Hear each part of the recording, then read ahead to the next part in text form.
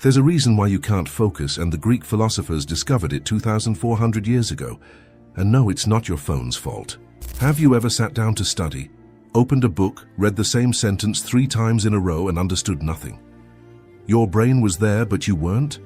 While everyone tells you to turn off notifications, eliminate distractions, do the Pomodoro technique, you remain stuck in the same place. I know how difficult it is. Maybe you want to study to fulfill a dream, get into college, start a business, help your family, but it seems like your brain sabotages you. You study but don't really understand what you're studying.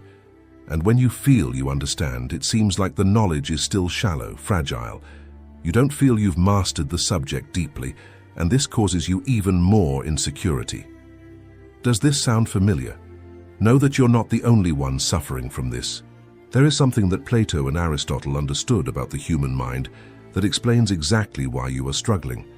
They called it Thaumazein, philosophical wonder.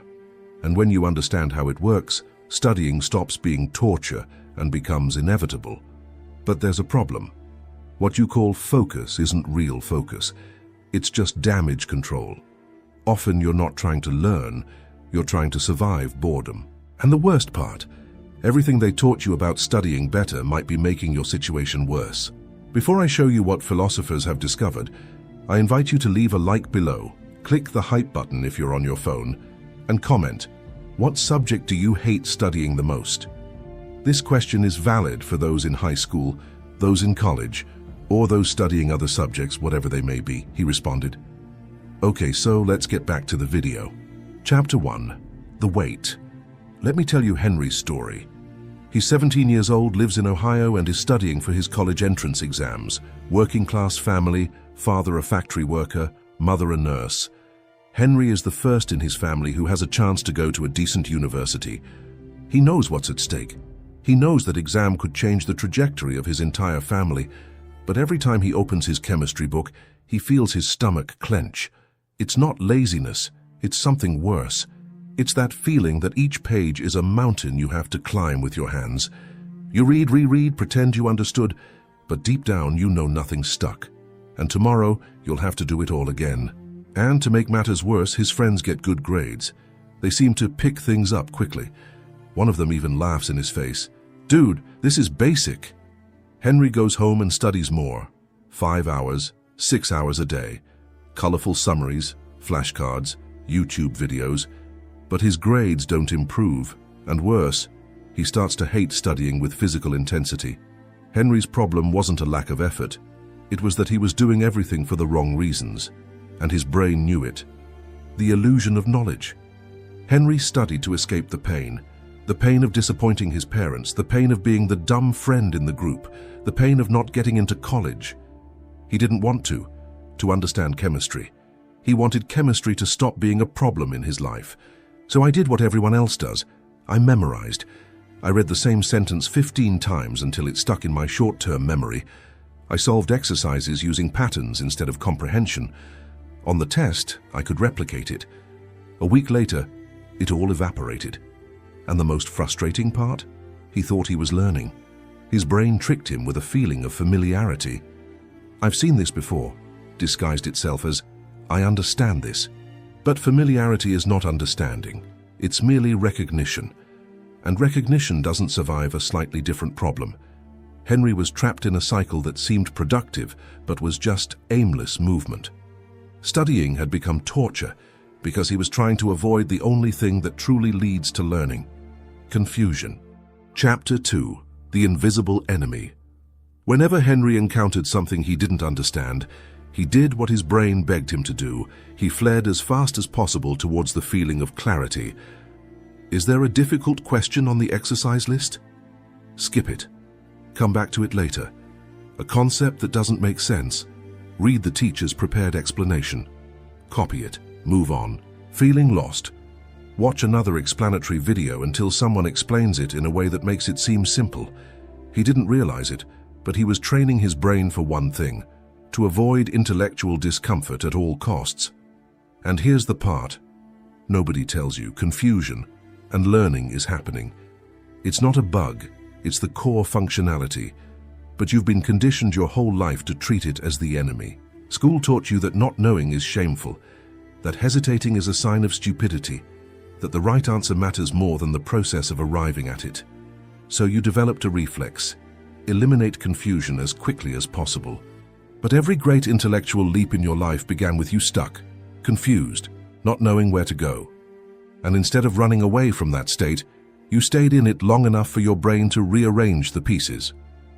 Henry was studying 6 hours a day, but spending 0 minutes actually thinking. He was consuming content, not processing knowledge. The discovery. One day, Henry was in the school library.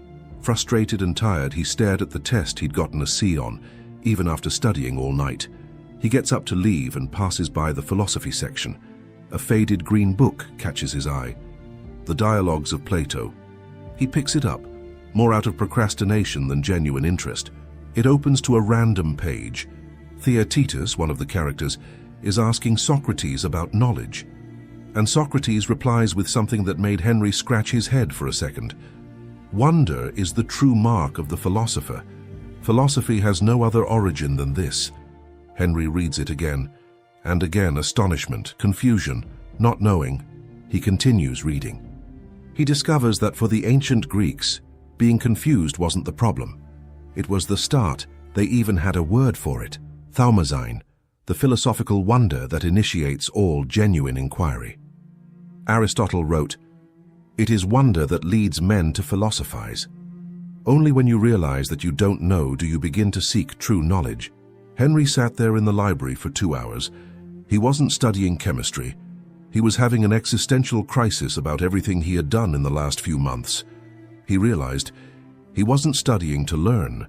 He was studying to fake, which I already knew. Chapter 3. The Inversion. Henry took the book home. He read late into the night. And the next day he did something completely different. He opened his chemistry book to the part he hated most: chemical equilibrium. Those equations that go back and forth with double arrows, constants K, changing concentrations. He always memorized the formulas and prayed that something similar would appear on the test. But this time, instead of trying to understand quickly, he stopped.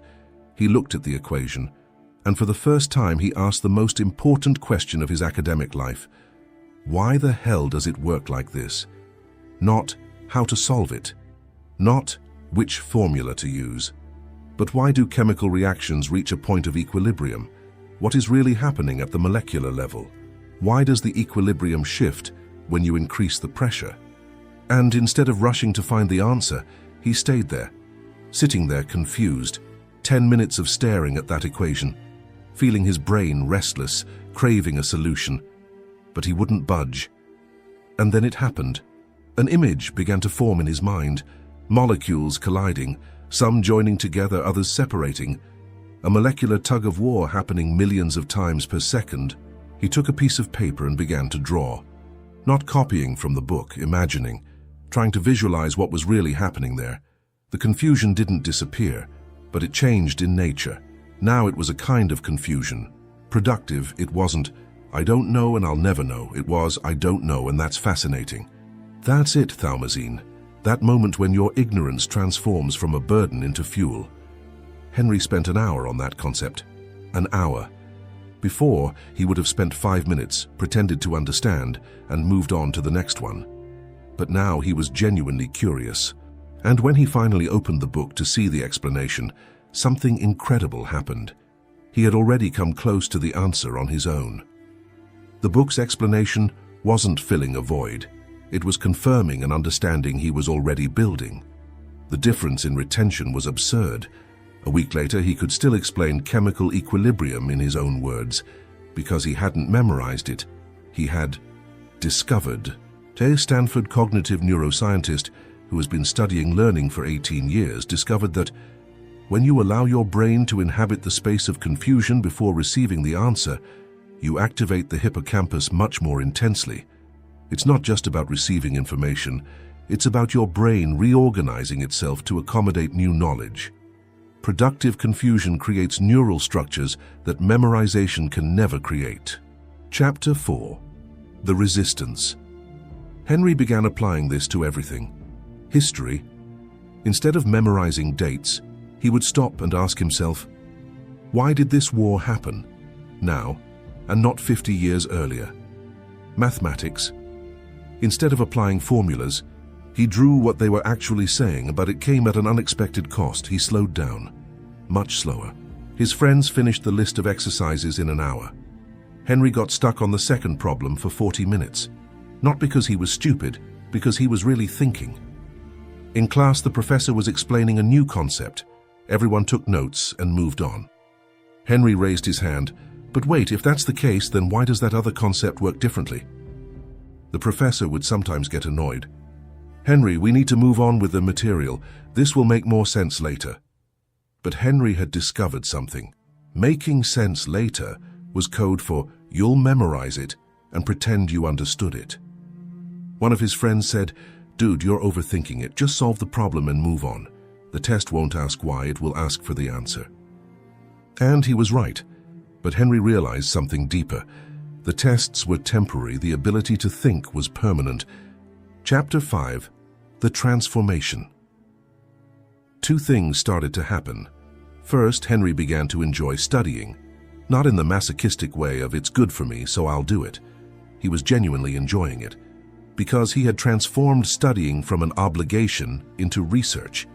When you're genuinely curious about something, your attention doesn't need to be forced, it simply happens. The focus everyone seeks isn't a skill you develop. It's a natural side effect of real curiosity. Second, his grades started to go up. Not immediately, it took a few weeks, but when they went up, they kept going up.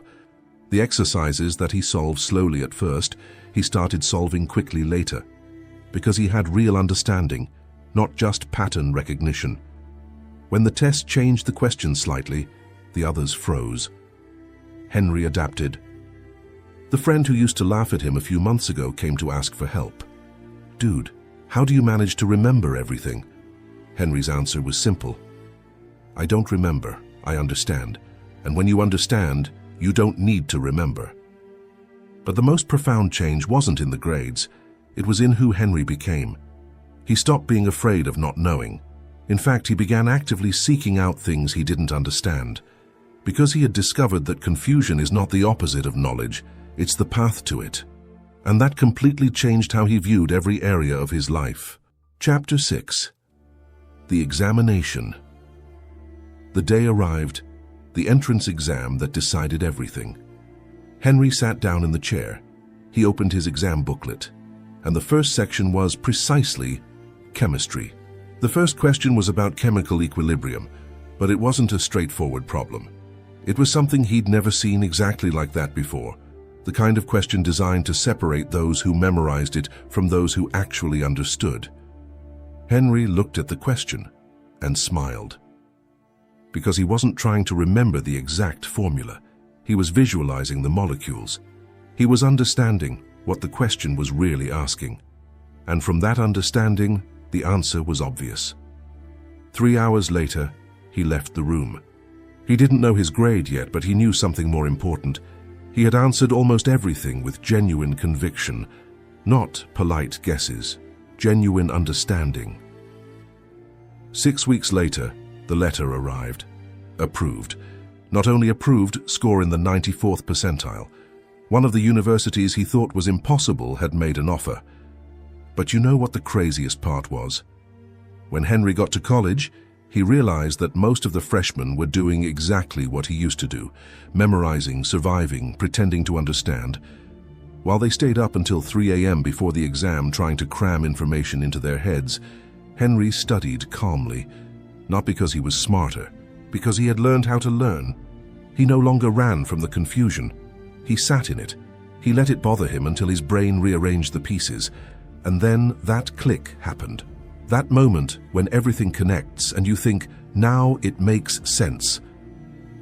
The Greeks had another name for that moment, anagnorisis recognition.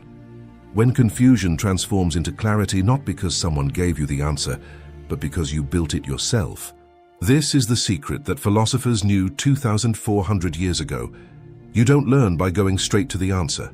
You learn by dwelling on the question until the answer reveals itself. An educational psychologist at the University of Cambridge, who has been researching learning methods for 15 years, explains, students who tolerate confusion for longer periods before seeking answers develop what we call transferable understanding. They not only know the answer to a specific problem, they understand the underlying principles that allow them to solve entire categories of problems. The difference in long-term performance is not even comparable. Chapter 7. The Lesson. Here is what Henry finally understood, and what the Greek philosophers tried to teach humanity. You don't have a focus problem. You have a curiosity problem. Focus isn't something you force. It's something that happens naturally when you're genuinely interested. And you don't become interested by reading pre-prepared summaries and memorizing formulas. You become interested when you allow yourself to be confused enough for your brain to precise to understand. The Thaumazein philosophical wonder is not a fancy technique. It's simply about stopping running away from the feeling of not knowing. It's about looking at something, and instead of thinking, "What a drag, I don't understand this," you should think, "Wow, why does it work like this?" When you make that reversal, everything changes. Studying ceases to be a to-do list and becomes an investigation. Each new concept is no longer an obstacle. It's a mystery waiting to be solved. And mysteries are inherently interesting. The problem was never your brain. It was the way you were taught to use it. The question remains, are you ready to stop running away from the mess, because that will slow you down at the beginning? It will seem inefficient. People will seem faster than you. You will take longer to read a book. While a person who focuses only on status might have read 4 books in a month, you will probably have read 1 or 2. But 6 months later, when they're rereading everything because they didn't grasp anything, you'll be building on solid foundations. Thaumazein.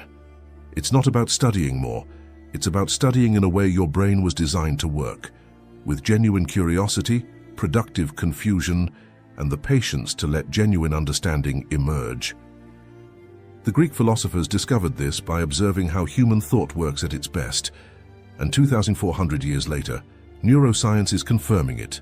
They were right all along. The only difference between you and someone who is naturally good at it is that the naturally good person never lost their childlike curiosity. That desire to understand, not just to pass the test. And the good news, you can get it back. Today. Right now.